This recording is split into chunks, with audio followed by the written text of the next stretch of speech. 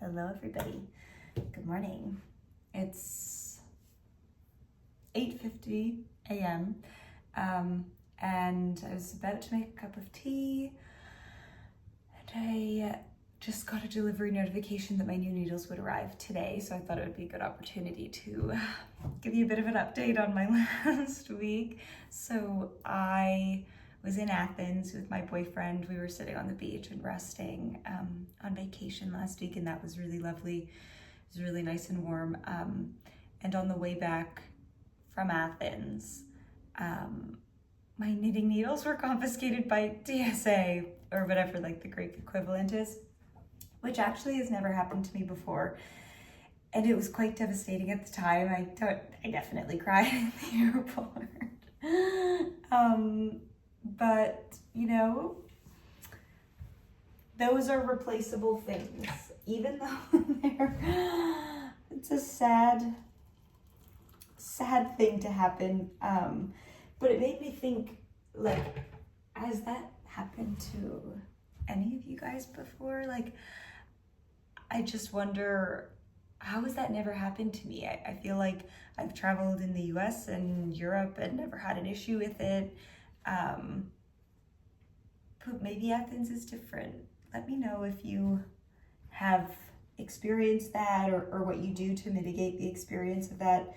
I mean, I brought my whole set of interchangeables, which I didn't really need to do. I don't know why I brought it. I think I was just lazy. I didn't want to pack, specifically to bring like my pins and darning needles and things that I needed. So instead I just brought the whole case, which I'll show you the case. I didn't want to pack to bring the whole case, which is now empty. Anyways, my new needles should arrive today. So that's great. And I thought I'd bring you along the week with me because I have a few fun things planned. I have some work to do today, some errands to run, and then tomorrow I was going to get some more yarn because I think I'm just about to finish my yellow cloud sweater by Petite Knit, and that's so exciting. And so we'll block it and wear it, and yeah, cool.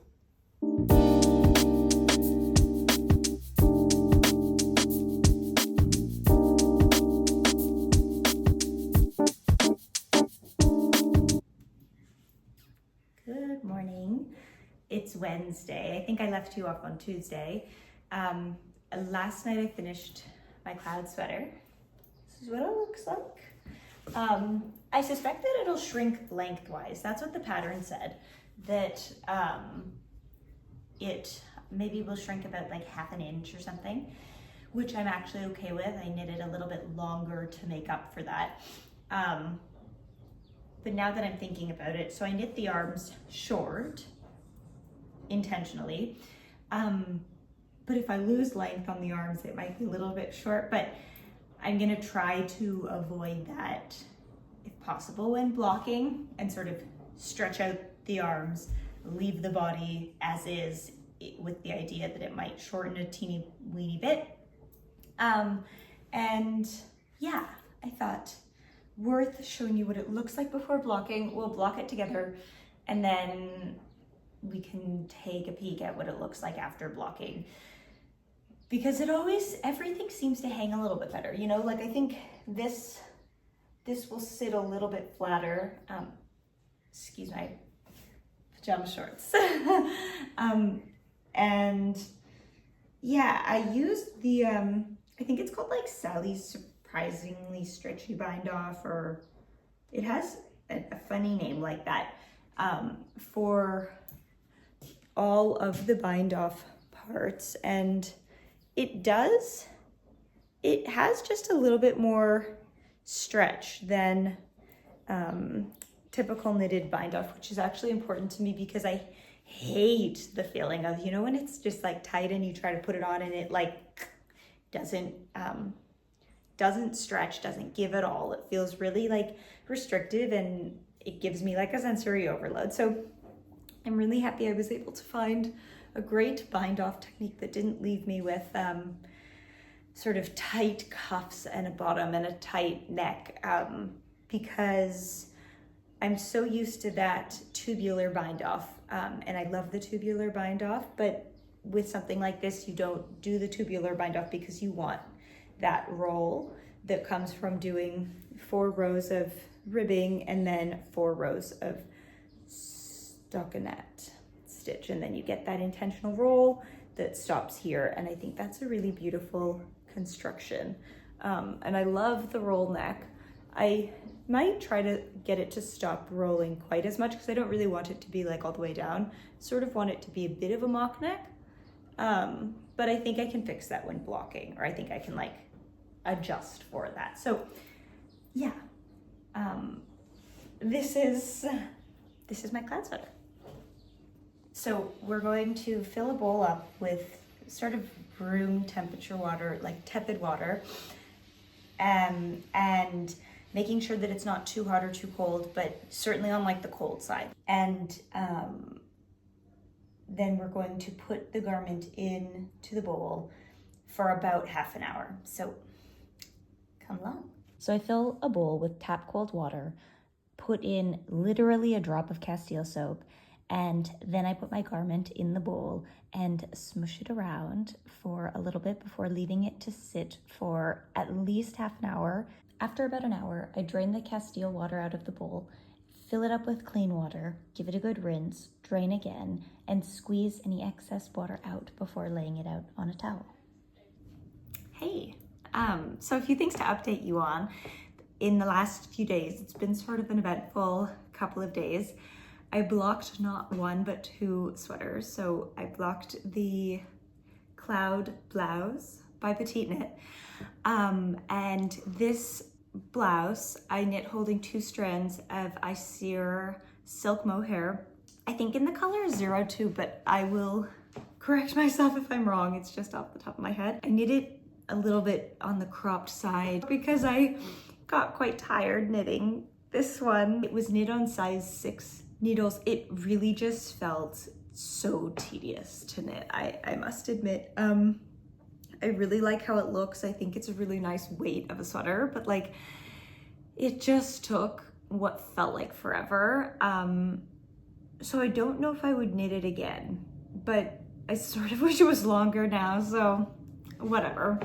I'm sure I will find times to wear it. Then the second thing I blocked was my cloud sweater, which I love way more than my cloud blouse. I thought it was way more fun to knit. It didn't feel like it took a long time, like it didn't feel too tedious to knit. I love the color.